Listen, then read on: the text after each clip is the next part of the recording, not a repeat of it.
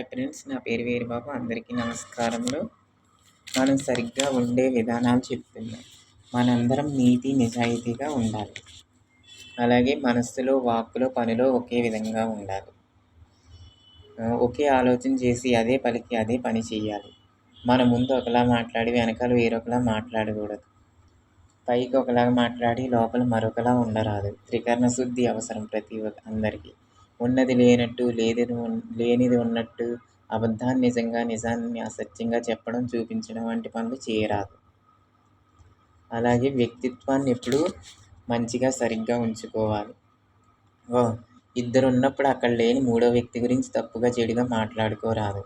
నమ్మిన వారిని ఎప్పుడూ నమ్మక ద్రోహం చేయరాదు.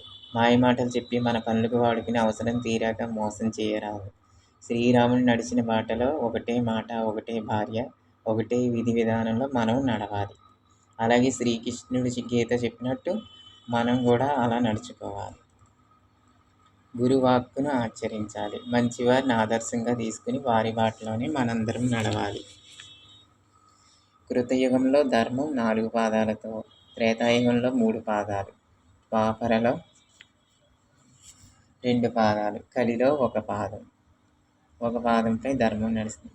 ఈ ఆవు కామధేను 1 పాదంపై ఎన్నాళ్ళని నిలబడుతుంది? ఎంతో కాలం నిలబడదు. కలియుగంలో ఎక్కువగా ఎక్కడ చూసినా అన్ని పాపాలే, నేరాలు, ఘోరాలు, హత్యలు, ఆత్మహత్యలు, దొంగతనాలు, దోపిడీలు, దౌర్జన్యాలు, ఇలా ఎక్కడ చూసినా ఇవే జరుగుతున్నాయి. రోజు ఎన్ని వార్తలు చూడట్లేదు మనం.